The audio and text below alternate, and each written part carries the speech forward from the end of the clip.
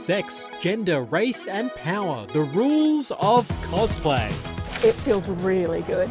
It gets more and more popular every year. It's massive now. As a professional, I do about 9 or 10 conventions a year. Cosplay is huge. The global cosplay clothing market is now estimated to be worth more than $5.6 billion, and that figure is set to double by 2030.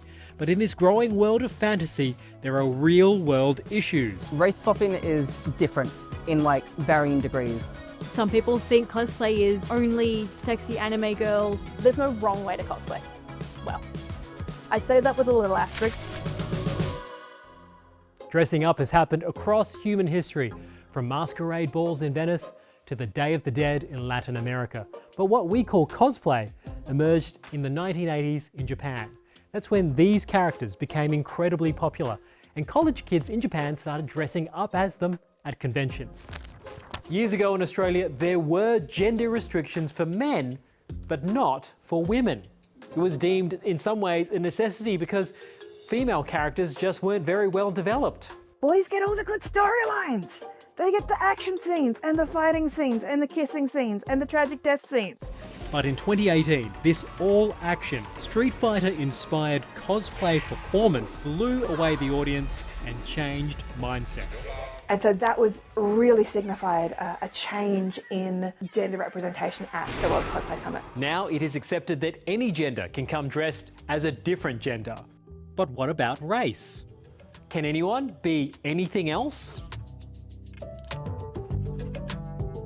There's been people who have tried to tape their eyes to get a certain eye shape. Essentially, race swapping is not okay. Colouring your skin and saying that you're a character who is a different race to you is really lazy and really unimaginative, and it's really reductive.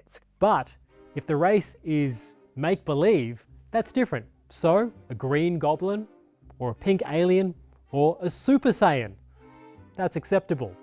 But how's this possible when accuracy is so key to cosplay?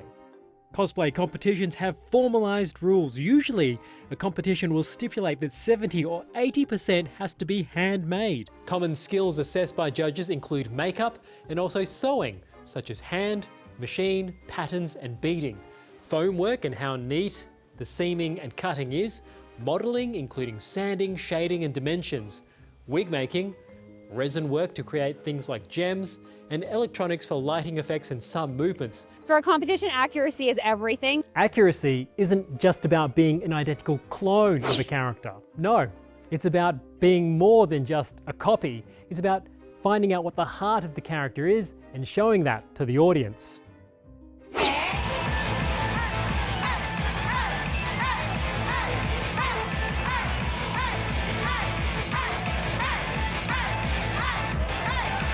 So for many tournaments, part of the competition involves a costume performance to show how one embodies the character or incarnation.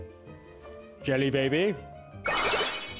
Whether that's portraying a villain by having really strong, big poses versus portraying a cute anime lady with very graceful steps. This is why gender swapping is acceptable and how race swapping is not necessary. But what about being sexual if a character is overtly so, or if cosplayers want to make it so? There are plenty of people that do sexualize characters more, for example, doing more pin-up style, say for example OnlyFans, and do more sexy characters like that. We have nerd and burlesque events which are themed around cosplay. Sexy cosplay does not make you a bad cosplayer. It doesn't make you any less of a cosplayer. There are these sexy spaces, but they are protected as to who has entry. That also means family-friendly events may not allow sexy cosplay by restricting nudity or violence in competitions. And also that scantily clad characters do not need to be cosplayed that way to win. It's like Red Sonja is one. That's a chainmail bikini. That's hard. At conventions around Australia, at websites for attendees, this phrase can be seen more and more often.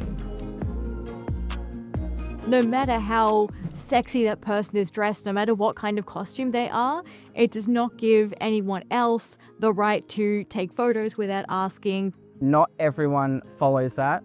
And I'm not sure if it's because people are misinformed or because they don't care. Conventions are flooded with photographers, and there have been problems. Are there model agreements in place to protect both the cosplayer and the photographer? Where we need rules are decency laws. Is it happening in public? It is very female dominated in cosplay and male dominated where those who are using cameras. But in a globalized world filled with artificial intelligence and other emerging technologies, rules are being challenged. Whether that's using a generative AI, a large language model, or using an image generator to create deepfakes. Don't steal someone's 3D model off of a website and then print it, claiming it as your own and selling it for like a marked up price. The biggest rule of cosplay is not to steal from other cosplayers. It is a world of make-believe with real-world problems, rules and looming threats, but also filled with characters willing to rise to the occasion. I feel more powerful than I would in just plain clothes. I feel like myself. We're letting people celebrate who they are, what they want to be, connect with their tribe and their community, and come together in a place that lets them share their passion. I love it more than anything. And because of that, cosplayers, like any great superhero or comic book character, believe they have the power to overcome.